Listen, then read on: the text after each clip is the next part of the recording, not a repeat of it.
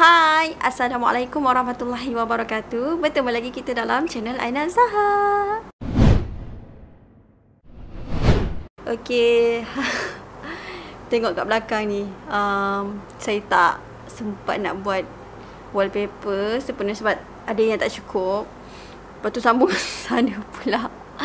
So, kelakar sangat kalau nampak macam apa yang kalau orang yang jenis telik, kenapa belakang tu jadi macam tu. So saya nak beritahu awal lah yang saya punya wallpaper tak cukup. Lepas tu ada yang tak sempat nak sambung sebab tadi ada kerja lain. Okey, hari ni hari Jumaat, 11 hari bulan 6, bermakna kita dah 11 hari bulan kita dah PKP. Siapa yang masih stay lagi dekat rumah 11 hari, yang tak keluar rumah, alhamdulillah korang memang terbaik, yang terbaik. Dan siapa yang keluar rumah kan atas sebab urusan semua tu, tak apa, buatlah. Yang penting korang jaga diri baik-baik kan, jaga SOP. Dan korang tahu kat luar sana tu banyak risiko sebab katanya makin meningkat makin meningkat makin turun. Saya pun tak follow. Tak follow. Dia kena marah ni sebab tak follow. Apa pun korang kena jaga diri baik-baik, okey? Sebenarnya saya nak cerita. Sebabnya saya rasa macam best pula nak cerita dengan korang tentang topik yang hangat sekarang ni. Cerita pasal viral yang terbaru ni, iaitu Dr. Muhaya ada share pasal bodoh-bodoh tentang siapa yang nak cepat jodoh dia kenalah buat bodoh-bodoh. Macam tu lah bunyinya. Macam gitulah, okay? Kalau saya salah, korang boleh komen kat bawah, perbetulkan keadaan. Perbetulkan saya punya perkataan. Ramai yang rasa tak puas hati sebabnya, okay, apa yang saya faham tentang video tu lah, okay? Prof minta kita seorang perempuan rendah diri, tapi disebabkan penyampaian tu nampak macam kasar. Bagi saya benda tu simple je, tak kasar pun. Kalau kita first time dengar memanglah kasar, tapi kalau kita dengar betul-betul secara positif, benda tu tak ada apa-apa pun.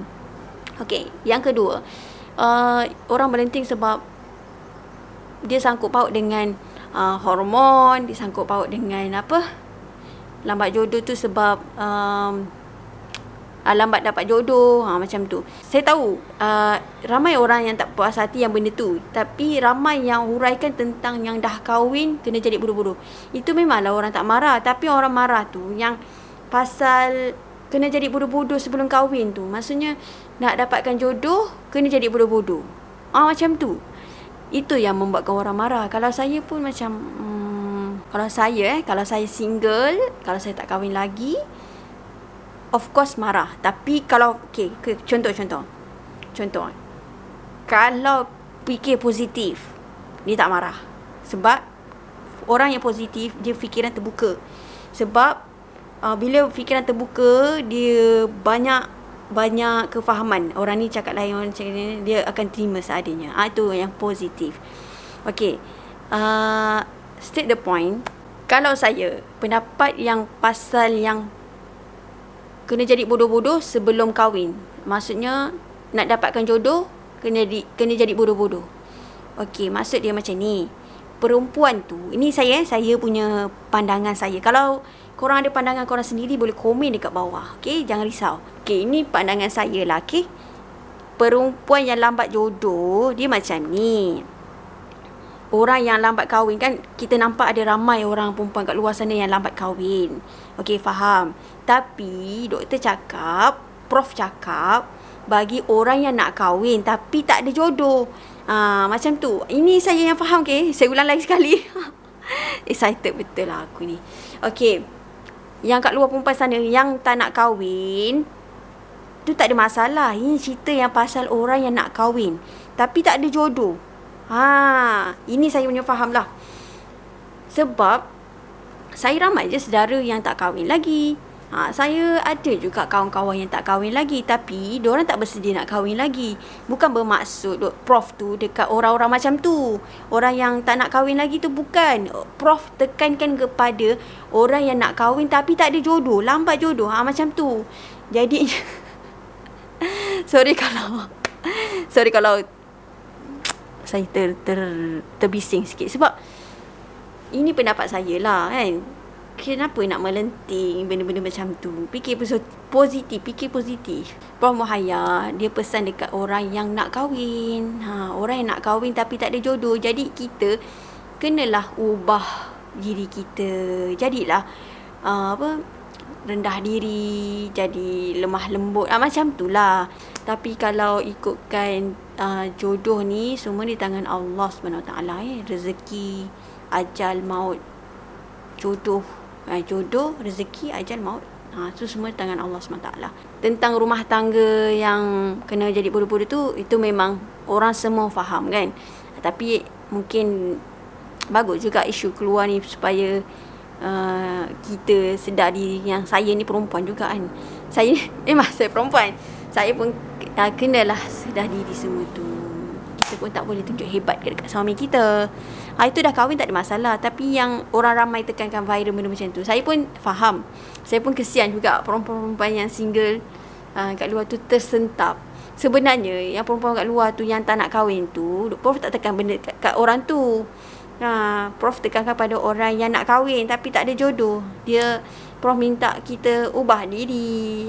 Kalau nak dapatkan jodoh cepat, contohlah saya nak kahwin tapi tak ada jodoh. Jadi saya kenalah ubah diri, banyakkan diri kita ni dengan Allah. Lepas tu kita janganlah tunjukkan kita punya kehebatan, maksudnya ego kita kan. Belum kahwin kita dah ada ego. Perempuan kan, bila kita ada pangkat sikit, kita ada duit sikit, kita ada harta sikit, automatik perempuan yang ada act dia. Orang kata ada ego dia. Percayalah. So nak letakkan sifat perempuan tu tak ada ego tu, bila dia tak ada apa-apa, tu yang dia down. Tapi orang perempuan yang berjaya, minta maaf kalau saya condemn kan. Sebab saya sendiri rasa, sebab saya bila ada harta, bila saya ada duit banyak, bila saya ada everything, saya rasa macam ego tau. Bila ego, saya rasa macam ego saya tu tinggi melangit sampai saya lupa suami saya. Macam tu. Ni sebab saya dah rasa. Jadi saya nak letakkan saya punya ego tu rendah. Saya letak benda-benda semua tu, yang pangkat semua tu, letak ke tepi. Sis masuk. Letak ke tepi semua tu. InsyaAllah kita akan naik turun. Bila suami kita tegur, suami kita nasihat, suami kita cakap apa-apa kat kita ke apa, kita macam terbuka luas. Macam tu lah suami. Tapi sebelum kahwin saya memang ada ego pun.